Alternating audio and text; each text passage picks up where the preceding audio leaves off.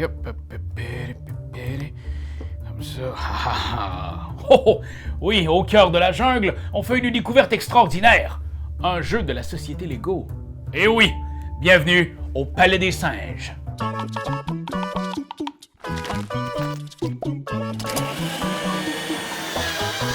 Monkey Palace est un jeu de société pour 10 ans et plus et qui se joue de 2 à 4 joueurs avec des parties d'environ 45 minutes. C'est une collaboration historique entre le groupe Lego et Asmodée pour créer un vrai jeu qui se joue avec des vrais éléments Lego. Donc oui, je vais vous expliquer les règles, mais rien ne vous empêche de prendre des éléments de la boîte pour faire ça. Ou ça. C'est beau, hein? C'est moi qui ai construit ça tout seul. Comment irait?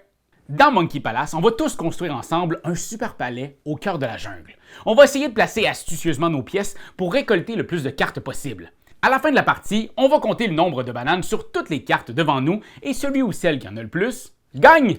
Allez, là, ça se construira pas tout seul, ce beau petit palais-là. Au travail! Mise en place. Au centre de la table, on place la plaque de base. Placez les 4 briques vertes pour former des coins et apposez sur la plaque un des plans de construction. Comme structure de départ, on va installer dans ce pointillé une brique et 2 arches comme ceci. Au sommet, on ajoute aussi une petite brique décorative dorée. On va mettre à la portée de tous les cartes singes, triées par valeur et couleur. Donc ici, je les carte 1, 2, 3, etc. Mettez à part les cartes jaunes, le trophée singe avec le tout petit singe. Si vous voulez, vous pouvez aussi ajouter la carte grenouille et papillon, mais ça, ce sont des extensions optionnelles. Finalement, remettez à chacun un plateau joueur et prenez les pièces de départ indiquées à l'endos de celui-ci. Vous êtes maintenant prêts à jouer. Le joueur avec le plateau numéro 1 sera le premier à jouer, puis le joueur 2, puis le 3, etc. Placez-vous dans le sens des aiguilles d'une montre, mettons. Bon, là, je vais vous expliquer ce que vous allez pouvoir faire à votre tour. Mais avant, on va se faire un petit cours de construction, OK? Il y a 3 types de pièces dans le jeu. Il y a les briques, les petites pinouches, les colonnes, les longues pinouches, et les arches, les pinouches courbées. Vous allez voir, elles ont toutes leur rôle à jouer dans la construction du palais. Alors gardez-les à l'œil. Oh non, une pièce à terre! Lego à terre, tout le monde! Ne pilez pas par terre, il n'y a personne qui bouge! Marc-Antoine, tu ne bouges pas, OK? Oh, boy! Alors, à votre tour, vous allez faire les étapes suivantes dans l'ordre. Étape numéro 1, construire un escalier. Bon, un escalier, c'est un chemin fait avec des différentes arches qui doit toujours monter. Toujours plus haut, c'est ça le but. Bon, alors là, je vais vous faire un petit cours d'escalier, OK? Fait qu'écoutez bien. Votre escalier doit former un chemin direct. Il y a donc un point de départ et une extrémité. OK?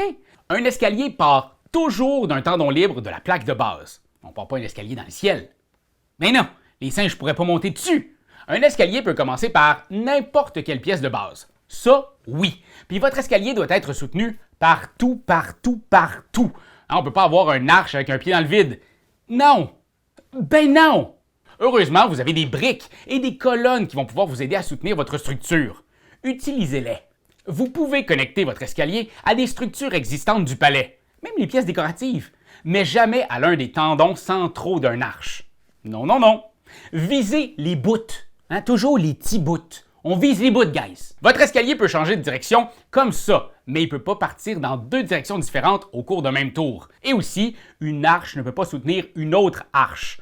Parce que c'est lettre. C'est tout.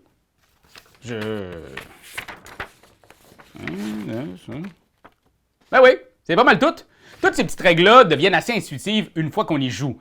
Puis vous allez voir, si vous respectez les normes, votre palais devrait être pas pire, beau. Je vous fais un exemple avec mes pièces de départ. Bon, n'hésitez pas à regarder le palais sous tous ses angles pour trouver le meilleur chemin avant de commencer votre tour. Mon escalier va commencer donc ici. Il va monter une fois et il va finir là. Éventuellement, vous aurez plus de pièces et votre parcours sera pas mal plus long. Mais là, c'est l'étape 2. Décoration. Posez une pièce décorative au bout de votre escalier selon la couleur de votre espace de départ. Si vous avez commencé sur un espace vert pâle, placez une plante verte pâle. Si vous commencez sur un espace doré, placez une brique dorée. Vert foncé, plante foncée. C'est clair ça? Étape 3, comptez votre monnaie. Vous obtenez un crédit singe pour chaque arche posée lors de votre tour. Donc, par exemple ici, j'ai 1, 2. Vous recevez aussi un crédit bonus si la pièce décorative placée est la plus haute de sa couleur. Comme c'est le cas juste ici. J'ai donc 3 crédits à dépenser lors de l'étape 4, prendre des cartes singes. Vous pouvez dépenser vos crédits pour prendre autant de cartes singes que vous le voulez. La carte ou les cartes achetées doivent être de la même couleur que la pièce décorative que vous venez de placer. Étape 5, livraison. La carte choisie vous procure un bonus de pièces immédiat. Bon, par exemple, ici, je prends tout de suite une brique ou une arche. Étape numéro 6, livraison récurrente. Placez vos cartes singes retournées sur un emplacement vide de votre plateau personnel. Si vous avez déjà 4 cartes singes, choisissez-en une que vous recouvrerez. Lors de cette étape, vous recevez votre revenu récurrent qui correspond au symbole visible ici à gauche et à tous ceux qui se trouvent sur les cartes visibles ici. C'est comme ça que vous allez accumuler des précieuses pièces pour créer des escaliers toujours plus beaux, plus hauts, plus légaux! Étape 7, bonus. Si vous avez dans votre tour créé une colonne pour soutenir un escalier d'une hauteur de 5 briques, prenez une carte bonus. Mais sachez que les arches ne comptent pas dans le calcul de hauteur. Étape 8, trophée. Si vous avez placé une brique dorée dans votre tour, vous pouvez placer le singe sur l'extrémité d'une arche pour bloquer vos adversaires. Prenez ensuite la carte trophée singe, où qu'elle soit, et placez-la devant vous, à vos 2 points. Si vous jouez avec le papillon, prenez le papillon si vous avez placé la décoration la plus haute de son espèce. Il vaut 2 points, petit papillon. Si vous jouez avec la grenouille, vous pouvez à ce moment-ci prendre la carte grenouille pour obtenir une pièce colonne supplémentaire. Bon, cette carte-là vaut moins 3 points et vous demande de placer la pièce grenouille sur l'extrémité la plus basse de l'escalier que vous venez de construire. Donc, faites toutes ces étapes dans l'ordre, puis c'est le tour de la prochaine joueuse qui fait de même, etc., etc. La partie prend fin quand un joueur devrait recevoir une livraison, mais qu'il n'y a plus suffisamment de pièces dans la réserve.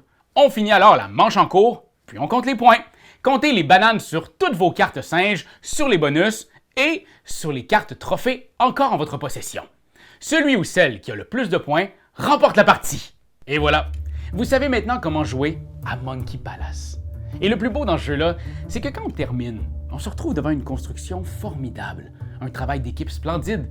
Qu'on soit gagnant ou perdant, on a contribué à construire quelque chose. Quelque chose de beau, hein? Puis ça, je sais pas pour vous, là, mais moi je trouve ça vraiment extraordinaire. C'est beau! Like it. C'est juste ça qu'on te demande! Come on, t'as aimé le vidéo? Il y en a plein ici qui pourraient être trop cool! Abonne-toi! Like donc! Pis vas-y, donne des commentaires! Des commentaires, on en veut des tonnes! Tu veux devenir mon patron? Va sur Patreon! Va sur Patreon! Hey! Ho!